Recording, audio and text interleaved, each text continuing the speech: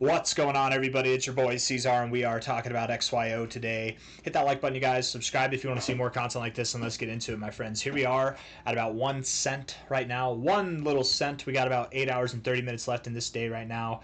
Looking pretty good on the daily RSI. I'm not going to lie. You have turned this overall downtrend. You can see it clear as day here, right? Let me just show you, in case you can't see it. For the visually impaired, we were in a downtrend for months since December, the very beginning of December, up until very recently. We actually broke out in this last pump up that we had here on the 10th, or going from the 9th to the I suppose the 11th there, broken out of that, and now we are potentially forming an uptrend in the RSI. You can see it right clear as day. Could we go lower? Sure, we could go lower and still be fine. This doesn't mean that we are going to go lower just because we could go lower. What this means is simply that if XYO decided to take a little bit more of a breather and go lower, it could find support maybe at this area of support down at 00869. Maybe it finds support at a slightly lower price, but it overall will be a higher low and a higher low in the RSI. I don't think it's going to go lower, and I actually think it's going to go higher, and here's why. Right, you've taken the oversold zone. You had bullish divergence here, low here, higher low. You had that divergence complete with this move, and then since you've pulled back, you've gone below the 50 and then immediately right back up above the 50, only to come back and find support at the 50. This is a very bullish kind of situation to be in, okay? Rejecting off of the 60 area in the RSI, rejecting off of the 60 here is not a good setup to be in, but whenever you reject the 60 and then you bounce off the 50, that is a good section. That is a good setup to be in. So I do believe that you're going to go to the overbought zone. I do believe that that's what you're doing. I want to look at the 4-hour time frame. Yes, it looks. I mean, it's basically the same, but just a little bit different here. It looks very, very bullish. You're coiled up, consolidated really well to see new relative highs here. Hold on, let me make this thing a little bit more quiet. There we go. Looking at this on a daily basis here, we've also pulled back from the relative low to the relative high. Pulled all the way back down. Come on now, to almost the golden ratio.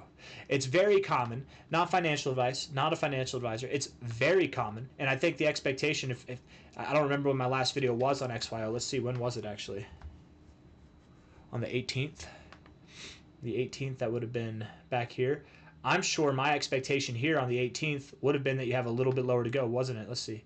Suggests massive pump is coming. Yes, I mean, we're going to get to that part too. Of course it is coming, but I'm sure in that video I would have said that we were going to the golden ratio. I'm not 100% sure what I said, but it would make sense. It would have made a lot of sense to go to the golden ratio, right? I'm not the only person with eyes. I'm not the only person with access to the fib tool. Anybody who has TradingView, which is free unless you pay for it, unless you get the premium like I do. But even if you don't pay for it, you get the fib the same way that I do. It's the same indicator, same settings, everything.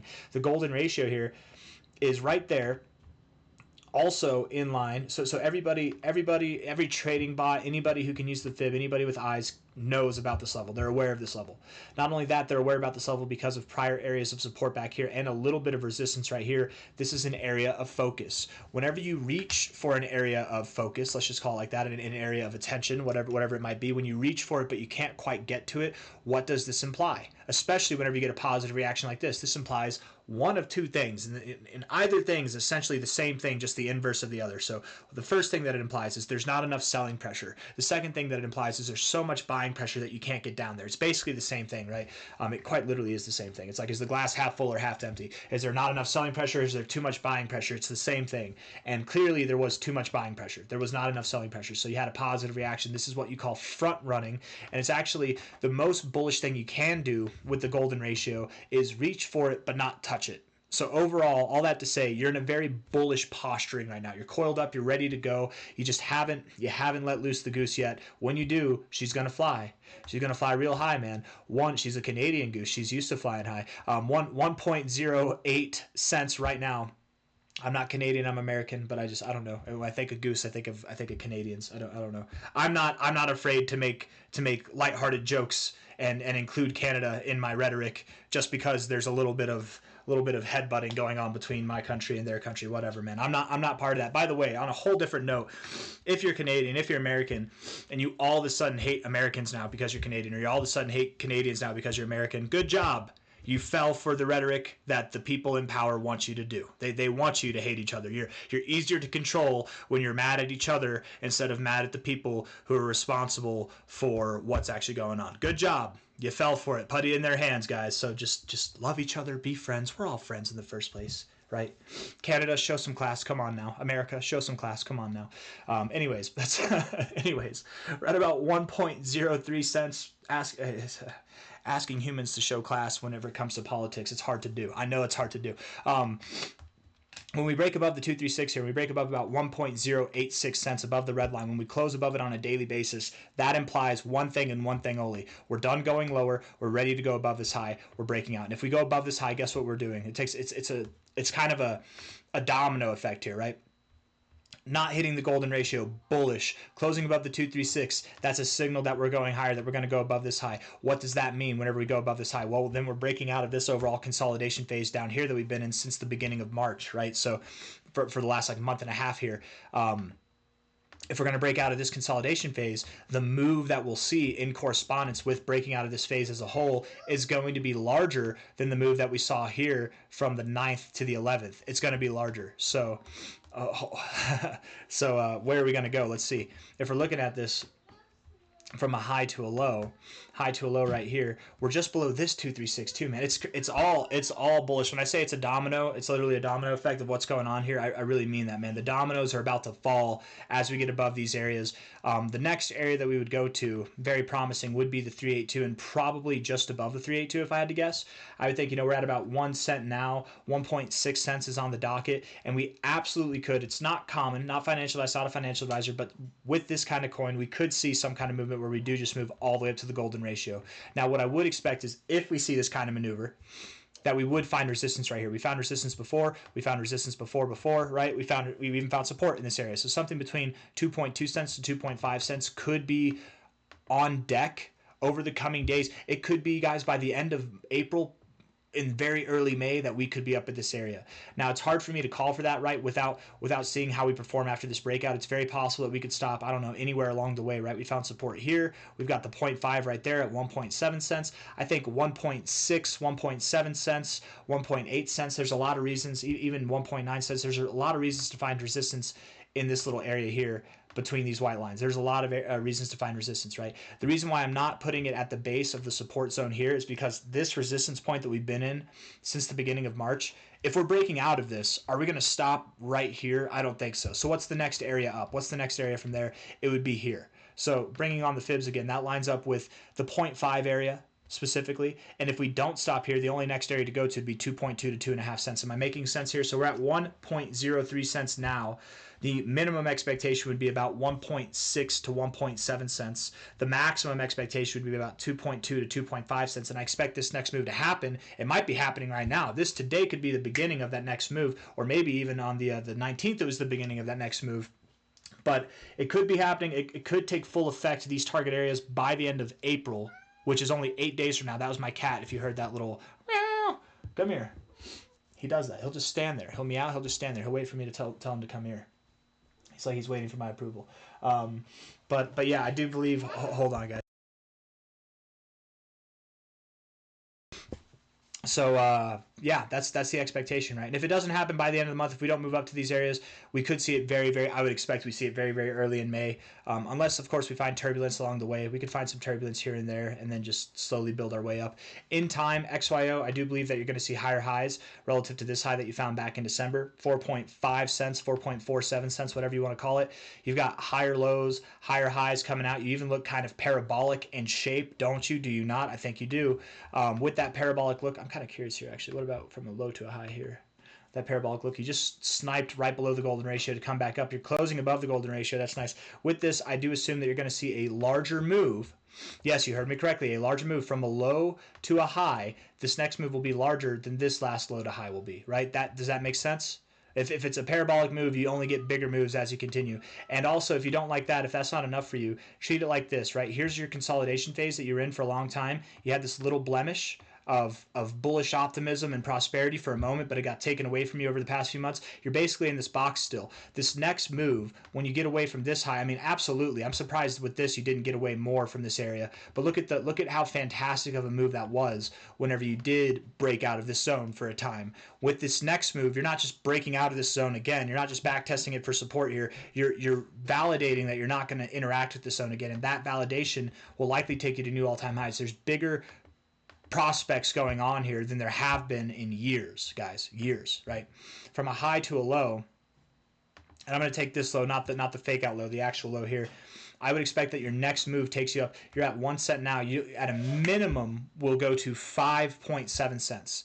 That's your minimum target. By the end of June, 5.7 cents. That's a 5.5x, okay? And that's your minimum target. The next target, very obvious target, the all-time high. Maybe you stop at about an 8x, but I don't think you stop there. Personally, I think that you do go higher. Can you see a 20x by the end of June? I think it's possible, but that would be the maximum, right? So the maximum, I don't think you stop there, but I accept it as a possibility. The minimum at 5.7 cents, I don't think you stop there, but I accept it as a possibility. Likely you stop somewhere in between. We don't really have any fib levels in between with this fib, so let's see if we can concoct some with some other fibs, right? From a high to a low here. That's the golden ratio right there. You found resistance there. That's significant. You're finding support on a closing basis at the golden ratio too. Maybe you'll go up and you'll stop at the 886, the 1886. Hell, that's lining up. The 886 and the 1886 are lining up well together. However, I doubt you stop there, right? I like this 10-cent area. I like 10 cents and even just above 10 cents with the 2272. Oftentimes you do go just above 10 cents. So we've got areas at about probably, let's say 11 cents or even 12 cents. We've got areas at 16.5 cents right here, the 2618. I like that. Okay, let's delete this fib now. We'll delete the other fib and we'll see what else we can come up with here. Okay, so from this high to this low, because the last one we did was this high to this low. Let's do this high to this low here. The 1272 is right there at 7 cents. The 10-cent area, again, with the 1 for 1 for you do go just above it. So getting to like 11 cents, 10 cents, I don't have a problem with that. 14 cents. I don't think that you go all the way up above 20 cents, so you probably stop there. I really do like the idea from the current price of seeing anything from about like a 9x to about a 13x. Something between, I really like that 14 cent to 10 cent area personally. That's the area that I'm going for. That's the call. I don't think, and that by the way is by the end of June, not end of cycle. End of cycle, you have a lot higher prospects, but end of June, this is what we're talking about, okay? What do I mean by end of cycle? I mean by the end of this year. Not that a cycle is a one-year thing. That the cycle is going to end this year is what I'm thinking. It could end next year. Maybe we'll go have a prolonged cycle, but I don't know. $139 million. This thing, if it were to see 100x, would put you at a $14 billion market cap. 100x is absolutely possible. This thing's been around since 2018, right? It's been around for a very long time through multiple bull markets and multiple bear markets now.